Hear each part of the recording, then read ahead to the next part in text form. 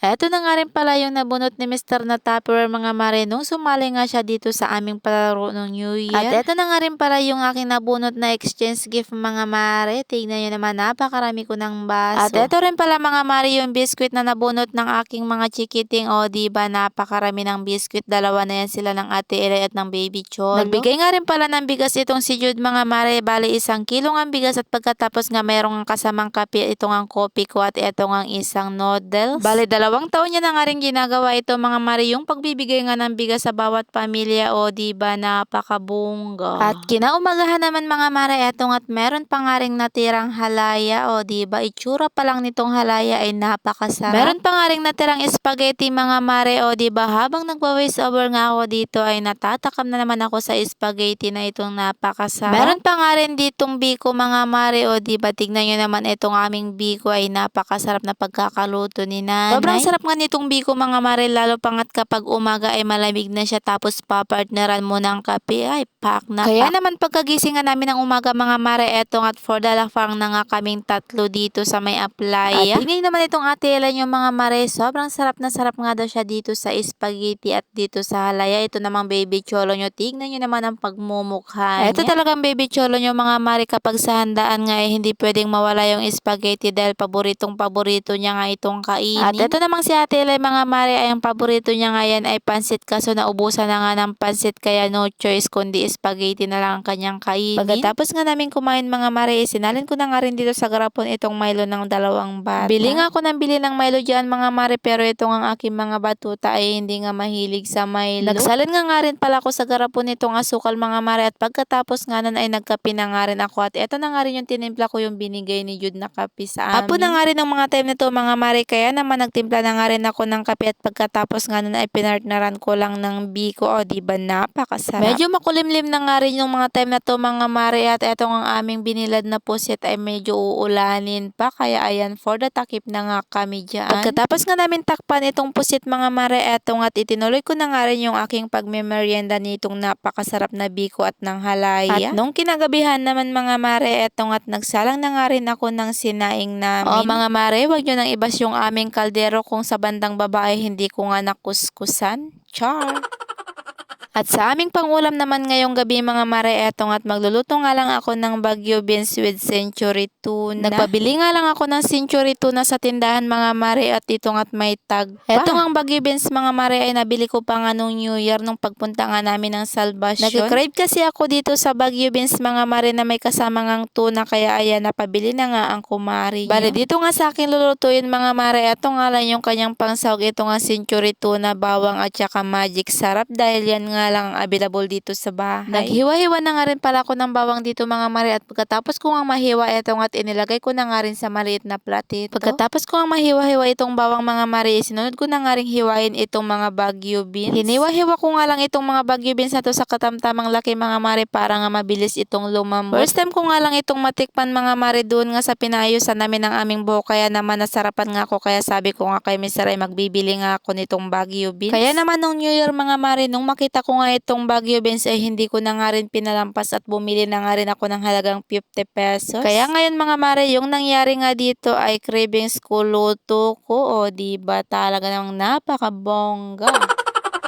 Mahirap talaga mag-cravings mga mare na pagkatapos ay ikaw pa rin ang magluluto. Kaya sa susunod mga mare, kapag nag-cravings ako, gusto ko yung luto na agad para kain na lang ako ng kain. Huy, wag ganun.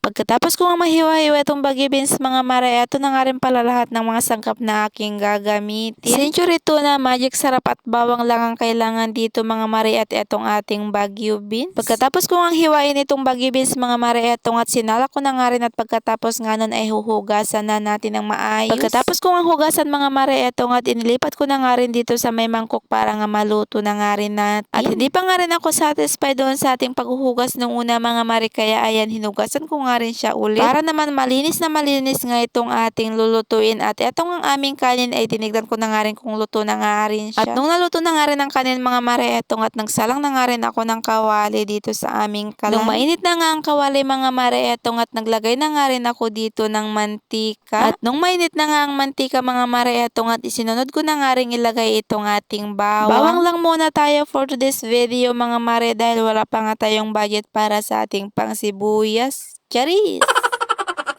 Pagkatapos ko nga mamekos-mekos itong ating bawang mga mare, sinunod ko na nga rin ilagay itong ating Baguio beans. Ayan, mekos-mekos nga lang natin to lahat mga mare para nga magisa-gisa itong ating Baguio beans. Naku mga mare, kapag natikman nyo nga ito ay talaga namang mapapawaw nga kayo sa sarap. Kaya naman mga mare, kung hindi nyo pa nga natatry magluto nitong Baguio beans with Century ay itry nyo na. Pagkatapos ko nga mamekos-mekos itong Baguio beans mga mare, etong at naglagay na nga rin ako ng kaunting tubig. Papalambutin nga lang natin ito mga mare at pagkatapos ko nga malagyan ng tubig itong at tinakpan ko na nga rin. Makalipas nga ilang minutong pagpapakulo dito mga mare, etong at binuksan ko na naman din siya. Tinignan ko kung malambot na. At dahil hindi pa nga siya malambot mga mare, ayan mekos-mekos nga lang natin ulit at pagkatapos nga itatakpan din ulit natin. Habang inaantay ko nga na lumambot itong ating niluluto mga mare, etong at gumawa na nga rin ako ng aking gamot sa aking UTI.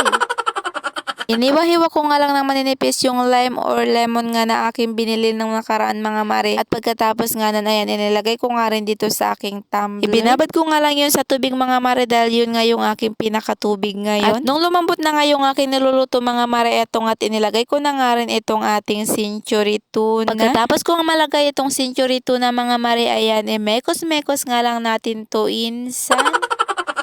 Pagkatapos ko nga mamekos-mekos ito mga mare, etong at naglagay na nga rin ako ng kaunting asin. Naglagay na nga rin pala ako dito ng kaunting magic sarap mga mare para mas lalong ang masarap itong ating niluluto. Ay, for the go!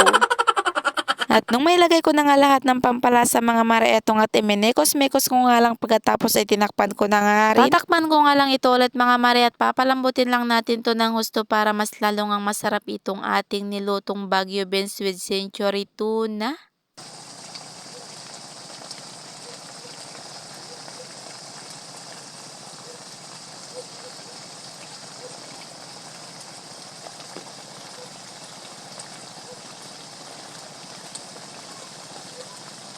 Oh, 'di ba? Talaga namang napakasarap at habang nagvo-voice over ako dito mga mare ay natatakam na naman ako. Pagkatapos ko nga maluto mga mare, etong at isinalin ko na nga rin dito sa maliit na mangkok para nga makapagkain na nga rin kami. Naku mga mare, talaga namang napakasarap nga nitong aking niluluto lalo pang at nagmamantika nga itong Century tuna. At pagkatapos ko nga maisalin sa mangkok itong aking niluto mga mare, eto na, luto na yung ating Baguio beans with Century tuna. Kaya kain po tayo mga mare. Thank you Lord sa blessing. Diba mga mare, hindi halatang gutom na gutom ang inyong kumari dyan. Ako lang ba mga mare yung kumakain na habang kumakain nga ay nakapatong ang paa dito sa may papa? Bandang 3:00 na nga ng madaling araw mga mare, etong at merong ang biyayang dumating kaya etong at nagbibilad na nga rin kami dito ng pusit. At bago nga ako nagsimula diyang magbilad mga mare, etong at nagtimpla na nga rin ako ng kape para nga mas lalong masarap yung ating pagbibilad kapag nainitan nga itong ating tiyan. Dahil kapag inuna nga natin yung pagbibilad mga mare tapos hindi pa tayo nakakapagkape, talaga namang napakahapdi nga sa sikmura. Bale, ganyan nga lang kami magbilad mga mare, paulit-ulit nga lang yung lagay mo dyan sa bilaran or dyan nga sa kaping kung tawagin nga dito sa amin.